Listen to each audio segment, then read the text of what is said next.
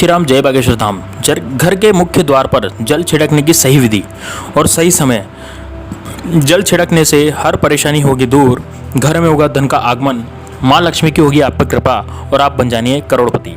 नमस्कार दोस्तों, माँ भगवती की कृपा आप पर सदैव बनी रहे, माँ दुर्गा की कृपा आप पर सदैव बनी रहे और पूरे परिवार पर बनी रहे। नमस्कार दोस्तों, स्वागत है आप सभी का हमारे चैनल ग्रो टू सक्सेस में। दोस्तों, आज का वीडियो बहुत ही रिक्वेस्टेड वीडियो है, बहुत ही खास होने जा रहा है क्योंकि ये रिक्वेस्टेड वीडियो है।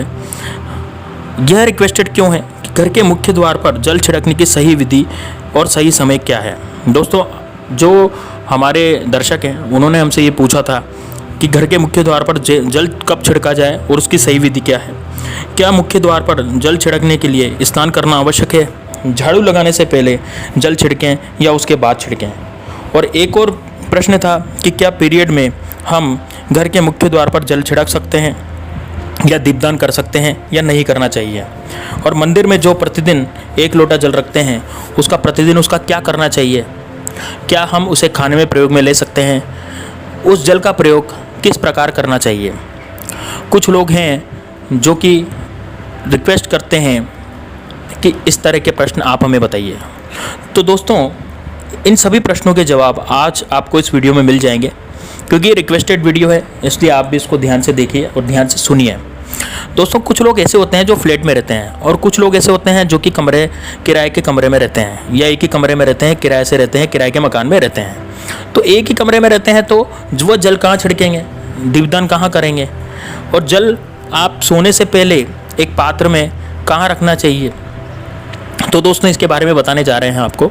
तो दोस्तों, आपको क्या करना है, आपको जल सोने से पहले आपको एक पात्र में भर के रख लेना है। इस पात्र को घर की रसोई में रख देना है। फिर सुबह आप अपने मुख्य द्वार पर उस जल का छिड़काव करें। दोस्तों, ग्रह कलेश, आर्थिक तंगी, वास्तु दोष, ग्रह दोष, कर्जा या फिर आपकी लड़ाई हो रही है, पितृ दोष आदि सभी प्रकार के दोष और नकारात्मक ऊर्जाएं समाप्त हो जाएंगी। सूर्योदय से पहले आप जल छिड़क सकते हैं। दोस्तों, आपको ये इसका जो समय है, जल छिड़कने का जो समय है वो क्या होना चाहिए। तो दोस्तों, आप सूर्योदय से पहले आपको सुबह उठ जाना है, स्नान ध्यान कर लेना है।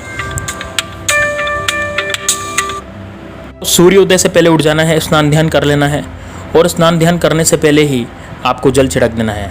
माँ लक्ष्मी का आपको ध्यान स्मरण करना है और उसके बाद आपके पितृ भी खुश हो जाएंगे। दोस्तों, आपके जब पितृ दोष नहीं रहता और पितृ खुश रहते हैं तो आपको धन का जो स्थान है वो आपका भर जाता है, अर्थात धन आने के रास्ते आपके खुल जाते हैं। अब एक और प्रश्न था दोस्तों कि झाड़ू लगाने से पहले जल का छिड़काव करें या झाड़ू लगाने के बाद। तो दोस्तों, आपको झाड़ू लगाने, जैसे आप सोकर उठते हैं तो सोकर उठते ही आपको सबसे पहले क्या करना है, आपको अपनी हथेली देखनी है और उसमें आपको माता लक्ष्मी का ध्यान करना है और पंच देवताओं का ध्यान हथेली में आपको करना है। फिर आप अपने हाथ से धरती को छूकर नमस्कार करें और फिर अपना दायां पैर धरती पर रखें और फिर उसके बाद आप जल छिड़कें। आप इसको झाड़ू लगाने से पहले ही छिड़क सकते हैं। आपको उठते ही सबसे पहला काम आपको जल ही छिड़कना है। जल छिड़कने के बाद आप और भी पानी डालकर या झाड़ू से साफ सफाई कर सकते हैं। जी हाँ दोस्तों, आपको क्या करना है, जल छिड़कने के बाद आप अपनी घर की साफ सफाई और झाड़ू लगा सकते हैं।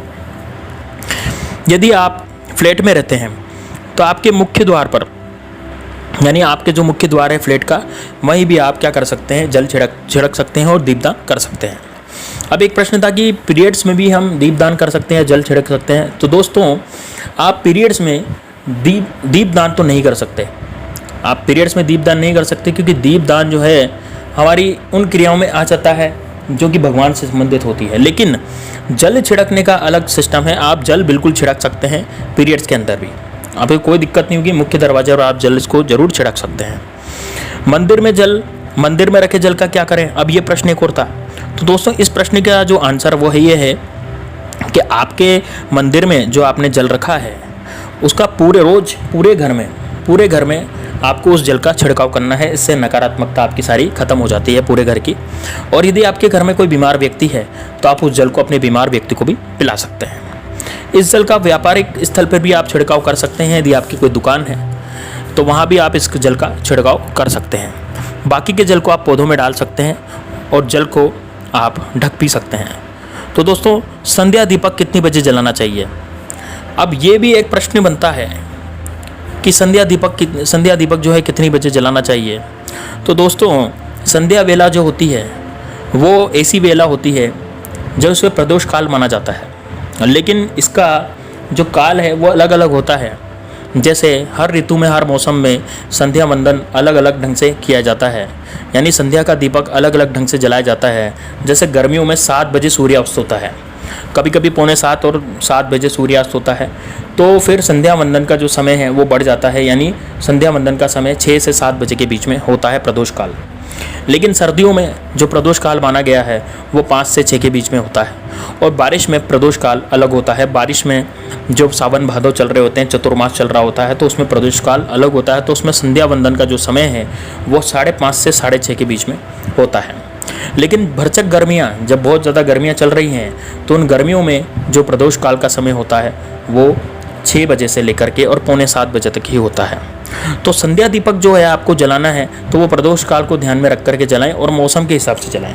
यदि आप गर्मी में संध्या वंदन कर रहे हैं तो आपको 6:15 से 6:45 के बीच में आपको भगवान की आरती भी कर लेनी है, संध्या दीपक भी जला लेना है और तुलसी जी में भी दिया लगा लेना है। लेकिन यदि आप वहीं पे इस कार्य को यानी संध्या वंदन को सर्दियों में कर रहे हैं तो आपको 5:30 यानी 5:45 बजे, आपको 5:45 से और 6:15 के बीच में आपको आरती, दीपक और संध्या वंदन अपना कार्य पूरा कर देना है और तुलसी जी में दिया भी लगा देना है। वहीं यदि आप बारिश में यानी चतुर्मास में ये कार्य कर रहे हैं तो दोस्तों, चतुर्मास में 6:30 बजे से 7:30 यानी 6:30 से 7 बजे के बीच में, 6:30 से यानी 6:15 से मान लीजिए आप, 6:15 से और 6:45 के बीच में, तो मतलब 6:30 बजे बाद ही और 6:45 के बीच में, यानी 15 मिनट के अंदर अंदर आपको संध्या वंदन कर लेनी है, संध्या का दीपक जला लेना है। दोस्तों, आप बहुत से लोगों का प्रश्न था कि जो हमारे मंदिर में जो जल रखा रहता है, यानी घरेलू मंदिर में, यानी पूजा घर में जो हमारे जल रखा रहता है, तो जल को क्या ढक कर रखना है? क्योंकि कितनी बार क्या होता है उसमें कीड़े कांटे सब कुछ पड़ जाते हैं, कचरा गिर जाता है, तो उसको ढक कर रखें या कैसे क्या करें? तो दोस्तों, ऐसा है कि जब आप सुबह सुबह इस जल को भरते हैं, अपने मंदिर में पूजा घर में जल को भरते हैं, तो उस जल को सुबह सुबह तो ढक लीजिए, सुबह सुबह तो खुला रहने दीजिए, ढकनी नहीं, सुबह सुबह खुला रहने दीजिए। जब तक आप मंत्र पढ़ रहे हैं, जाप कर रहे हैं, भगवान जी का ध्यान कर रहे हैं, पूजा कर रहे हैं, तब तक तो उस जल को खुला रहने दीजिए।